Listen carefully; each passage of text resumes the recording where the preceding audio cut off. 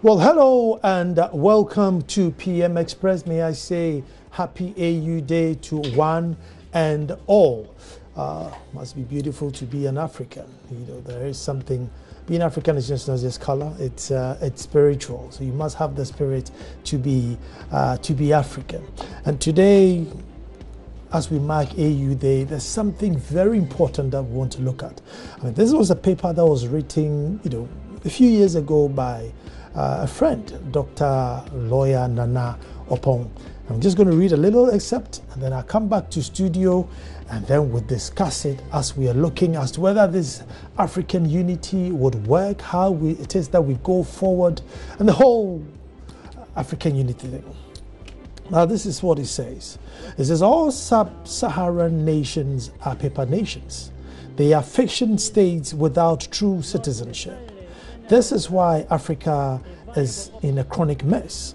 The new nations of Africa were founded by a few good men with good ideas on a good mission.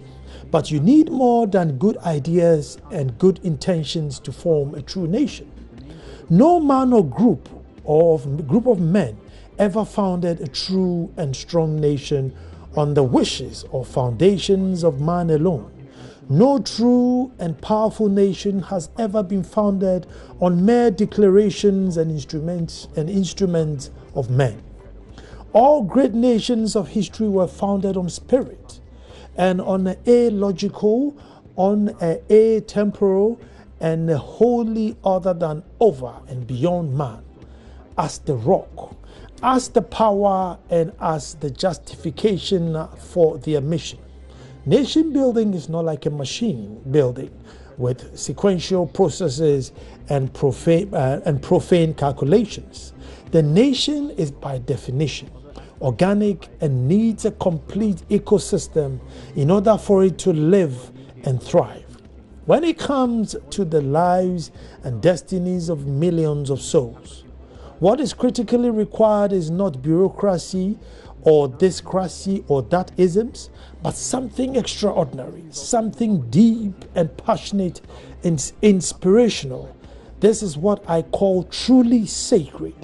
The truly sacred is the sine qua non of the great nation. When it's absent, the nation cannot be, it cannot grow, and cannot be great. My name is Nana Sakwa IV, Chief of the Republic of Agyema. When we are coming back, we want to find out if indeed we have even created a nation, let alone get it to unite. Don't go away.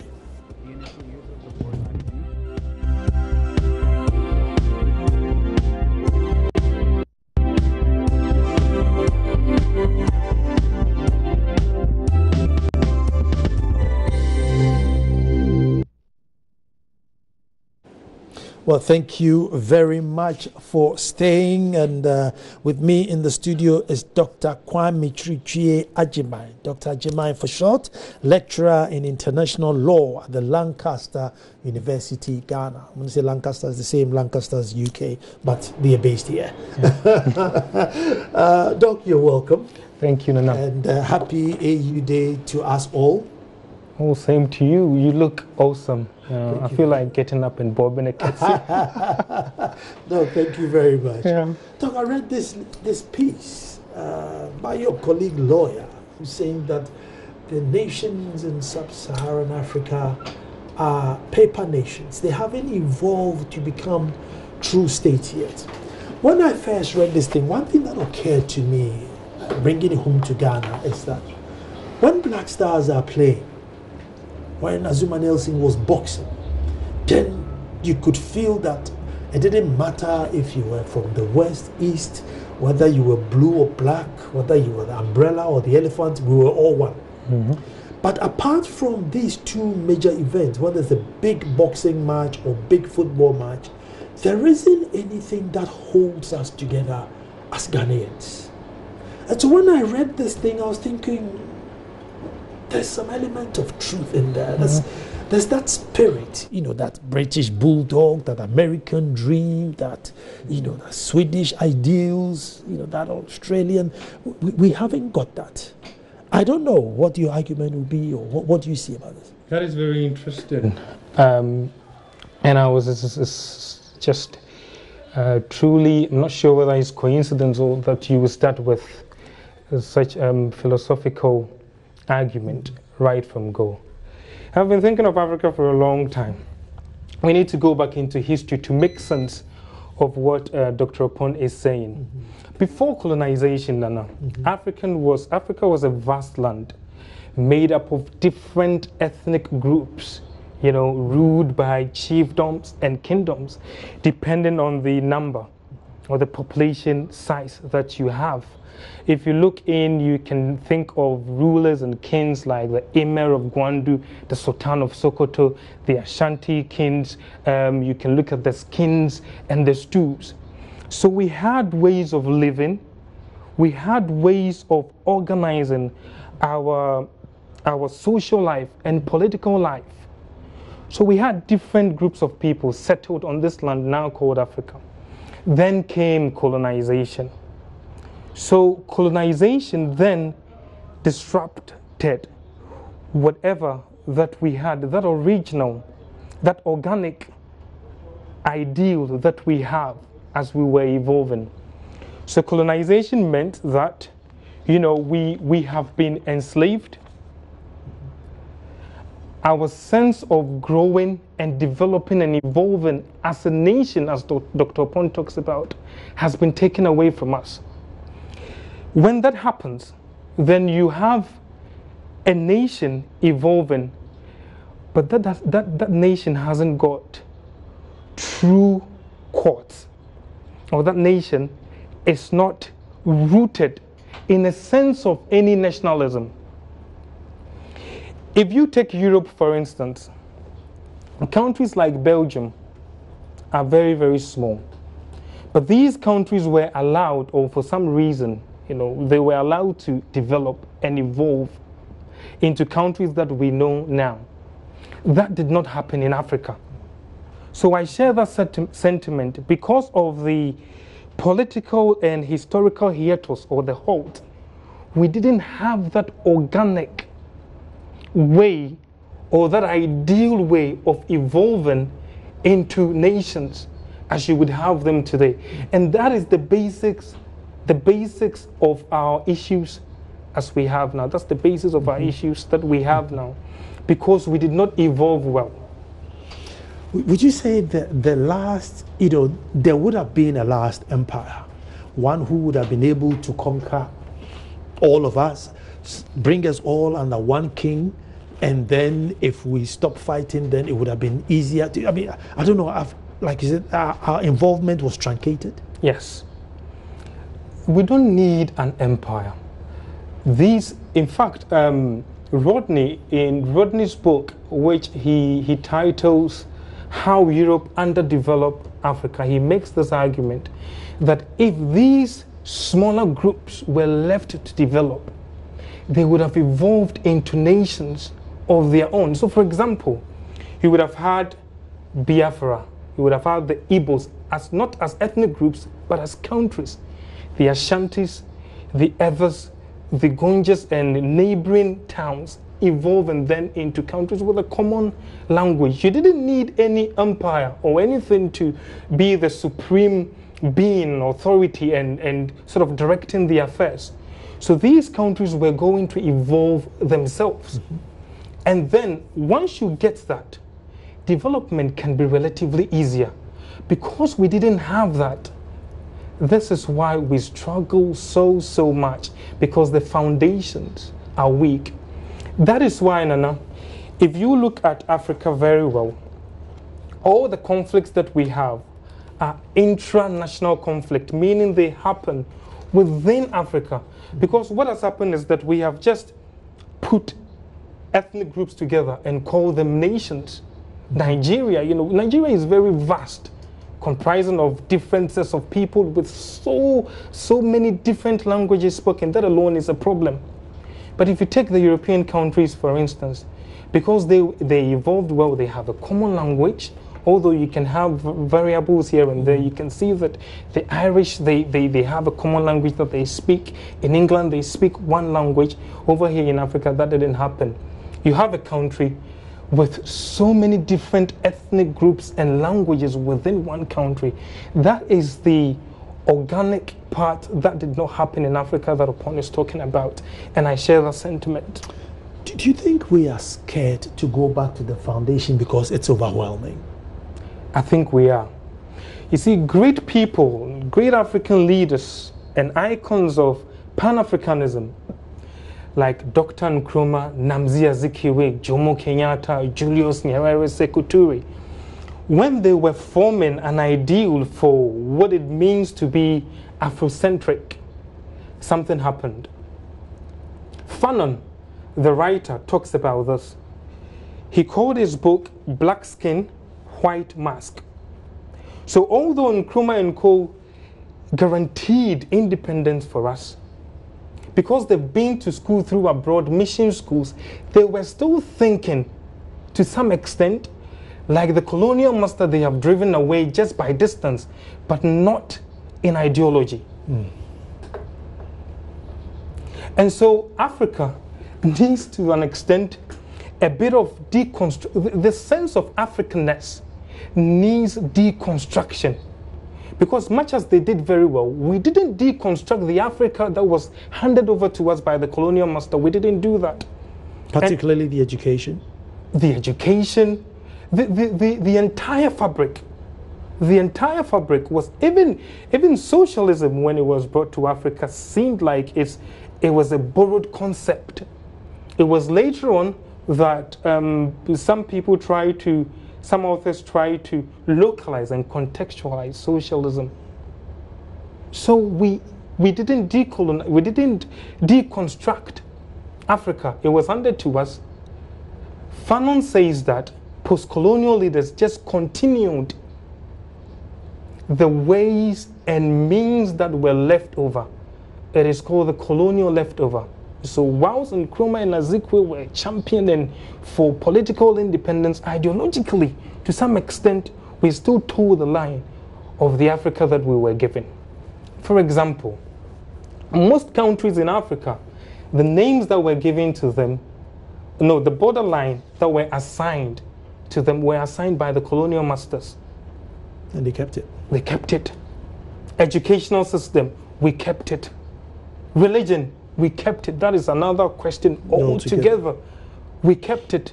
So you see that there weren't so much of ours that we kept. So the foundation has been very, very weak. So probably, Nana, we need a deconstruction of the African continent, that the narratives that we're used to maybe ought to be deconstructed so that we can rebuild, because the modules clearly are not working. And that is exactly what he captures in his analysis. Is it one of those things where, you know what, just forget it and just toe the line as we are going now, or there will be some, for want of a better word, insane leader who rises and say, you know something, this is the end of the road, we're going back to Africa? We need the first option that you gave, that easily follow the line, that is the easier option. But the latter one would be better. Nana, Africa is tired. African countries are tired.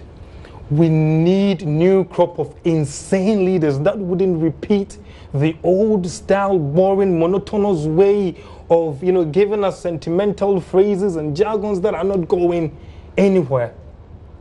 I have been hoping and praying that the youth would be angry. I'm talking about a sense of revolution that would come from a place of passion.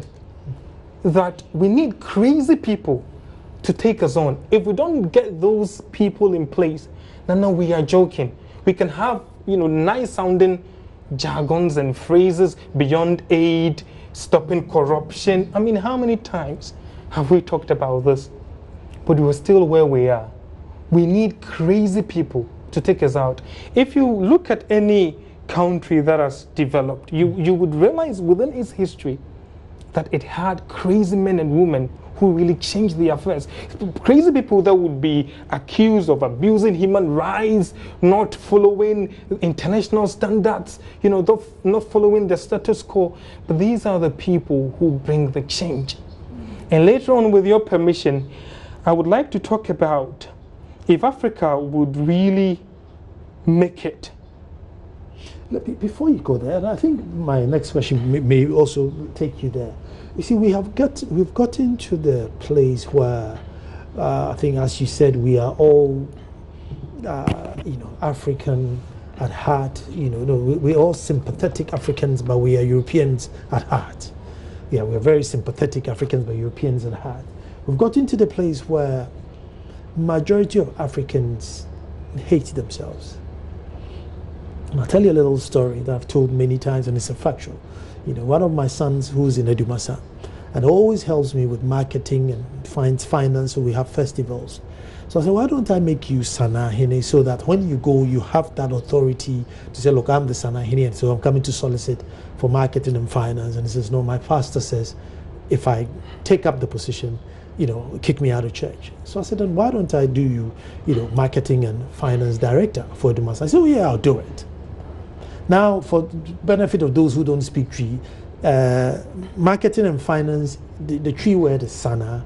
So if you are the Sanahene, you are the marketing and finance chief. Mm-hmm. So if I give the same position to my son, as I call him, and say you're marketing and finance, I'll do it. But if I change the title and say you are Sana, then I'm not going to do it. Mm-hmm. That's where we are now. Mm-hmm. So how do you save us when we have gotten here? Paradoxes, Nana. Africa is made up of so many paradoxes. We are one thing, but we're not. To a greater extent, many of us have lost our sense of identity. And that goes back to the colonization that I was talking about. When you colonize, Nana, not only do you enslave physically, but you enslave ideologically. The capacity for someone to appreciate themselves as being black or Ghanaian is taken away for a long time. That is the basis for everything. If that is taken away, if that mindset, that mentality, self-belief and self-confidence is taken away, you can't think for yourself because you become dependent. You just cannot simply think for yourself. And during colonization, that was one of the tools to brainwash, whether it was direct rule or indirect rule, the educational system at very good schools like Agyema, all these schools were put in place to indoctrinate the African child growing up. To the extent that, sadly, when Donald Trump called our continent a shithole, even some Africans and Ghanaians agreed, as educated and enlightened as they could be, some agreed to that statement. And I was very shocked. And it speaks to the fact that we cannot truly appreciate who we are. If you can't do that, how do you build what you are or what you want to build? And Ghanaians and African leaders, some of them agree that we are indeed shithole. No, we are not shithole. We're not shithole, and I don't say that just because I'm an African. Academically and from a scholarly angle, we're not shithole. And in any case, let me pick you up on there. But you see, I was giving a speech today. I was invited by the One Voice Choir to give an AU speech, and I was saying that our formal education has given us this deep culture of hypocrisy, where we believe if you don't talk about it, then it's not there. So many aspects, so many vices that happen in our world, but we think, no, it's not our culture, don't talk about it. This statement that, unfortunate statement that Donald Trump made, are we going to be hypocritical to say, well, no, he was wrong? I mean, because we didn't need him to tell us that we were going wrong. We are going wrong. Mm-hmm. It may be wrong diplomatically, it may be wrong from that, echelons of power, but are we going to be hypocritical if we say, oh no, he was lying? It's not about being hypocrite, Nana. It's about engaging the statement analytically. Who is the author or the speaker? Who is telling us this? This same person that contributed immensely to that which he terms shithole. I mean, Africa is very resourceful. The whole world and its systems rise on the shoulder of Africa. You exploit it, later on come back to tell us that we are a shithole. You see, he has no moral sort of ground to make such statements. If it is a shithole, let us make the analysis. In any case, everyone needs a shithole. We don't want to mention the toilet, even for viewer discretion, but it's a place that we need. And I want to be very raw and use the shithole analysis to point this out.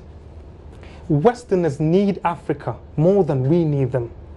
In other words, in literal terms, we need the toilet than the toilet needs us. But it comes to identity, we're not even able to negotiate. So he will be able to tell us that. If we are able to sit down and take our destiny in our own hands, then he shouldn't tell us. The very person who exploited, or the very sort of generation and that the West, part of the group that exploited Africa shouldn't have the moral authority to tell us that and call us names.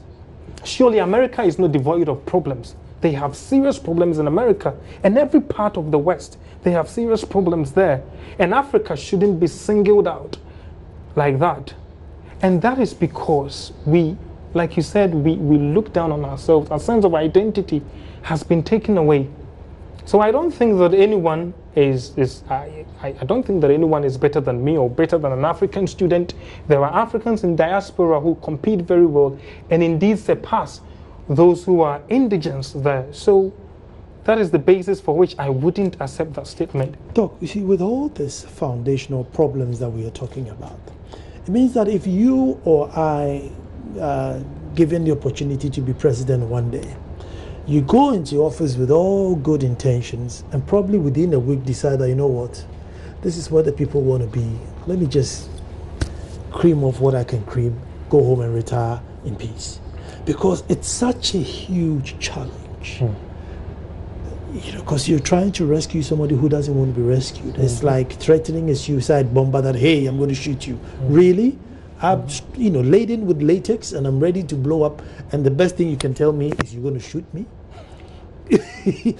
So you then probably just give up and build street lights and build roads and stuff and say, well, I've developed for you, and then you go home. But that mindset, so that the average African don't traverse across the Sahara and precariously float across the Mediterranean just to find a country that has got this sacred spirit to stay. All leaders will produce what they are producing now. Very true, and indeed your statement encapsulates how many Africans, especially the youth, feel. Sometimes there is no sense of hope. When you watch TV and you see events and happenings on the continent, you're very, very discouraged. And I agree that it's such a huge issue, but it's not one that we cannot overcome. The leadership that we've had and the kind of patterns that they've given us clearly and scientifically are not enough. You need that strong-willed leader who is willing to go against all odds. And I've already pointed out that in history, any name that you mention that really become a historical icon was a man or a woman who is full of contradictions and controversies. Strong leaders are not the ones who toe the line of the people and listen to everybody and just fall back into the everyday business, but a man or a woman who just sits up, take control, and have a clear-cut vision and pursue that vision. Pursue that vision against all odds. That is what I pray for. I haven't seen one yet, but I'm praying that and hoping that an African or a crop of African leaders will mount up, take up the position, and be very strong in whatever they do against whatever influences and pressures that they might have from their constituents. It's doable. How are you going to do that? You see, the stakes are very high to ascend to political power. The stakes are literally do or die. And therefore you are unable to apply discipline because the president, this government is almost finishing 2-year term. In the next 2 years they have to come out there begging people for vote. Now, if you're going to beg them for vote, you dare not crack the whip. That is why people have argued in certain quarters that is democracy even the best option for us? Again, going back to the things we imbibed from colonization that stayed with us. We've come to the point that we think that everything has to be Western imported, done the same way. So some people argue that if we need the strong man to be in power, sometimes we all chastise the dictator. But look at Gaddafi and Libya. We were here practicing democracy. He was so-called dictator. Our youth were running from this democratic dispensation to an autocratic regime. It tells us something. It was loaning us money. It tells us something, Nana. Kigali is doing it. Rwanda is now... I'll leave the analysis to you, to your good old sense, Nana. But that is what I'm saying, that you don't perhaps need that. We have imported so much. And I keep going back to perhaps a deconstruction of what it means to be African and our aims and objectives moving forward. Because that is important. If this man is afraid, if a president of a country of any region is afraid because the constituent might come, look at China.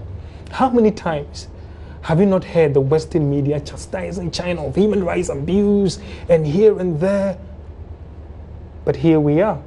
All great leaders are made up of people who have controversies, but they have an inner strength to drive the nation according to what it wants it to be.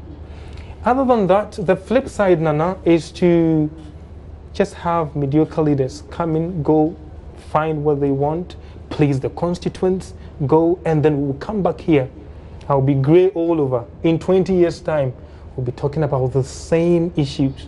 We need strong leaders. Strong leaders who will do and make sure that we do 3 or 4 main things, Nana. And I want to talk about them. Let me take a break and come back and do the 3 or 4 main things. I want to hear that. Stay tuned. It's getting interesting, as you can hear.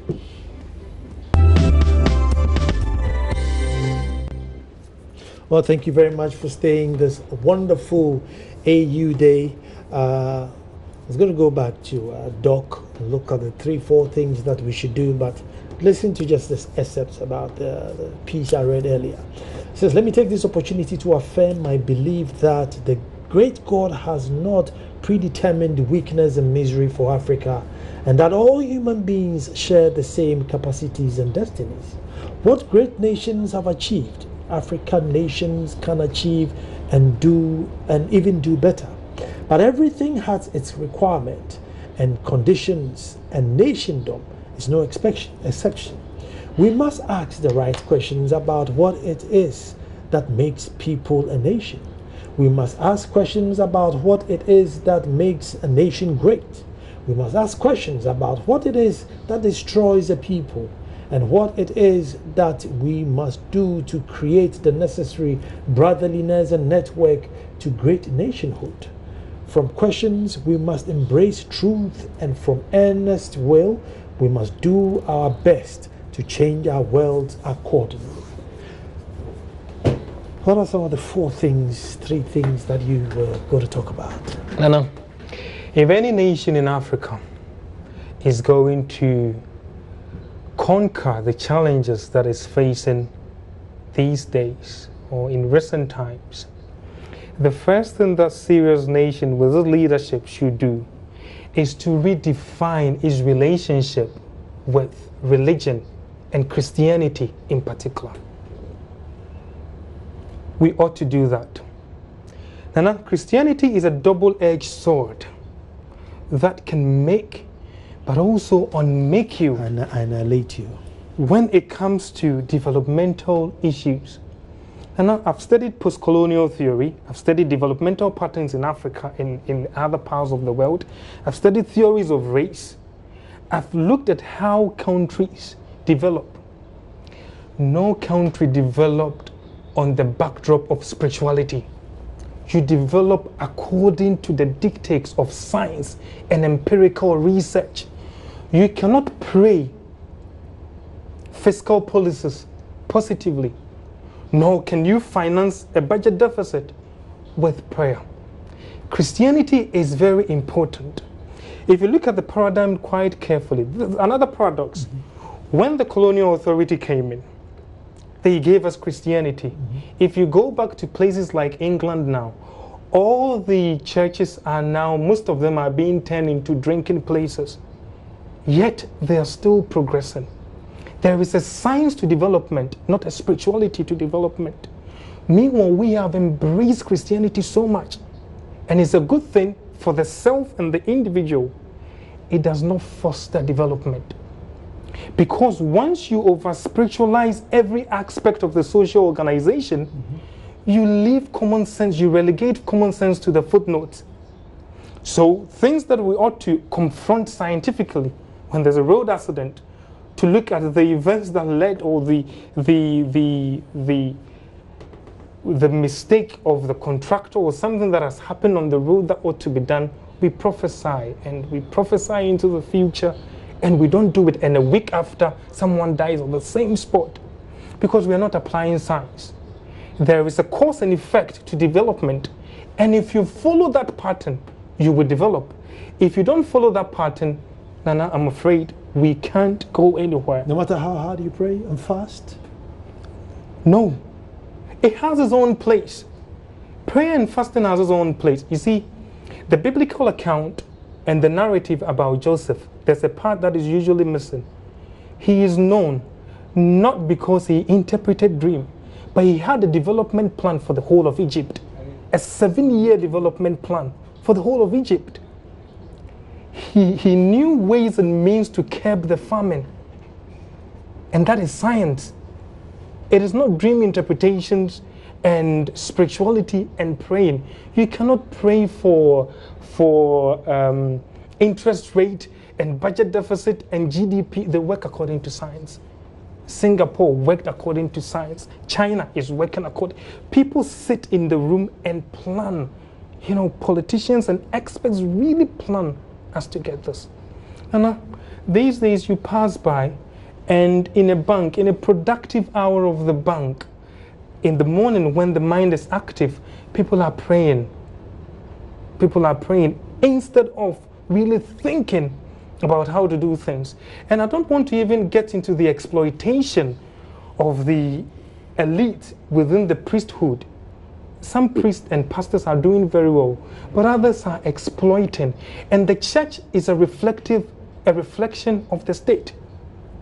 If you look at the church very well, it reflects how Ghana is. Nice edifice, beautiful buildings, but on the ground, Range Rover driving on a rough road. You know, nice pastor, has everything. The congregation suffering. That reflects that. We need a strong man to curb the activities of churches and how spirituality affects the use of common sense. Indeed, even in the Bible gives us scientific ways of doing things. So we ought to take that serious.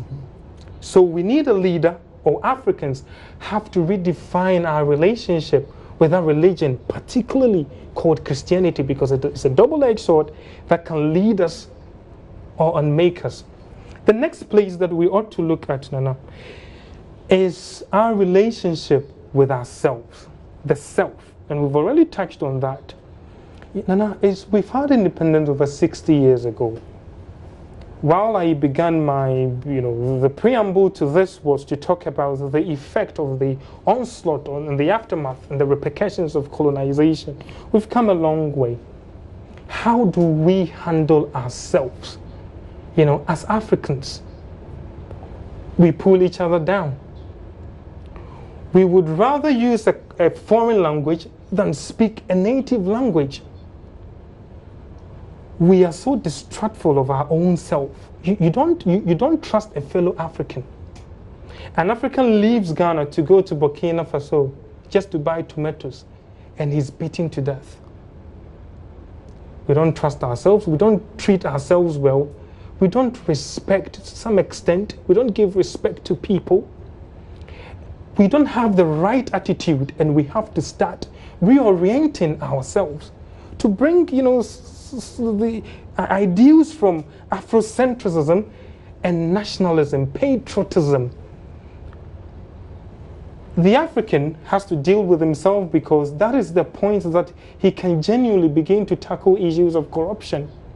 If everyone is abusing their position, if the boss wants to sleep with every young lady before they give them jobs, I mean, this is not a colonial problem. This is us. And we need to reorient and have a strong sense of being and be ready to take the repercussions of the sacrifices we make before we can get there. The next thing, Nana, if you permit me, is our relationship with the West. We have to redefine our relationship with the West. Nana, much as we ought to deal with the self, it is very true that you hear echoes of imperialism. It is factual that there are machinations. These days, it is not just Western imperialism, but also Eastern imperialism, Chinese coming in. We've been exploited in the past. We have to negotiate for the future. We can ask for reparations. The damage that has been done, not to be colonized means to be raped of your existence. Your whole self is taken away. You've been infused with another person, another ideal, another sense of being. And that alone is damaging enough. So we shouldn't be going and we shouldn't be begging. If indeed all these agencies and NGOs and international organizations that come here say that they truly want to help us, they should help us on our own terms. And I think we should be able to negotiate this. If these three things do not happen, then we are joking. The redefinition of our relationship with that religion called Christianity, or religion in general, if we don't curb its effect as it's going now, the future looks bleak. Could this be a mission that maybe the AU could look at as a foundation before we start thinking about common currency and common army and common this? Could this be maybe something to solve the foundation that they could use as a mission? Because collectively you would have that strength to back it. Well, the AU is building a top-down approach, and we like that in Africa. It doesn't work. It simply doesn't work. Everyone talks about unification, unification. No one is looking at the other side. In fact, unification has done us quite bad than good. I use the example of Nigeria. That vast land was put together. Today, you look at Nigeria, it was unified. So to say, the Yorubas, the Igbos, the Biaf, everyone is put together. But look at the issue it has now. Why don't we look at unification from bottom up? Why don't we talk about the fact that a parent doesn't want a child to marry from an Ashanti clan or from Gonja? This is where you need unification. Let it work bottom up. You don't sit in Addis Ababa and think that we are indeed unified. We're not. We're not at all. As today we celebrate AU Day, several giants and countries in Africa don't even recognize this day. Nigeria doesn't recognize today. It's not a public holiday in Nigeria. South Africa is not celebrating today. Egypt, perhaps the most important country on the continent, doesn't recognize this. What unification are we talking about? It has to start from bottom up. So I am quite passionate about sub-regional groups like ECOWAS, SADC, because it's very contextualized. And the starting point is trade. It's not some form of a political union. Where are we taking the political union? Do we even need that? In the past, And Nkrumah trained our minds to believe that the Organization of African Unity was established to actually buttress the independence that we have and protect the territorial integrity of the newly gained, independence that we have. That was very, very good for that. But now the dynamics have changed so much.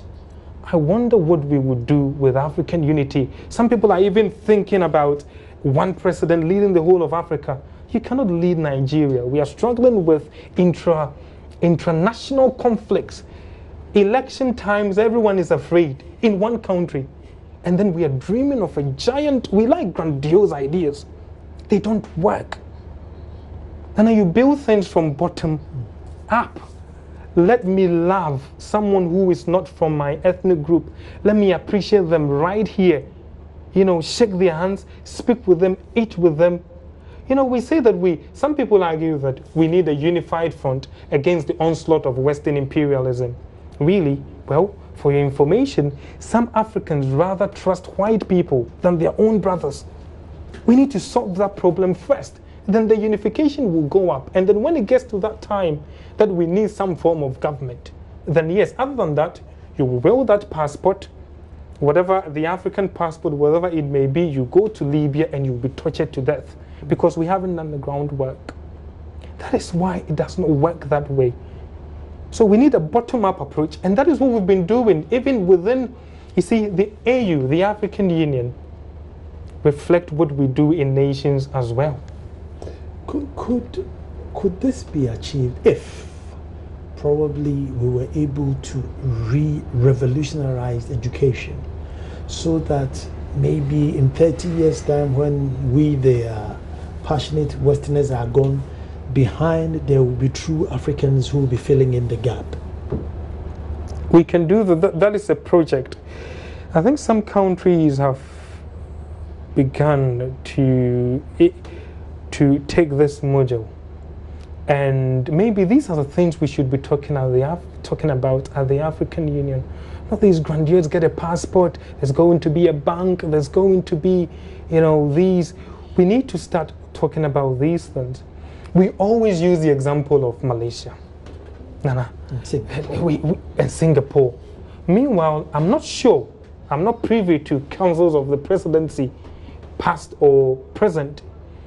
Do we have sets of Ghanaians, young Ghanaians, very intelligent, who are studying patterns in Malaysia for the next 20 years? Do we have a cohort of leadership that we are expecting? We don't do all this. But the president, the president has got 4 years, and you are talking 20 years. So all our thinking should be within 2.5, 3 years maximum. Because even the 4th year is election year, so you can't think. Shouldn't we have a developmental plan that transcends politics? Shouldn't we? Shouldn't we? Several governments have complained that we started the project, this government came, abrogated the project. Shouldn't we have that development plan that we all told?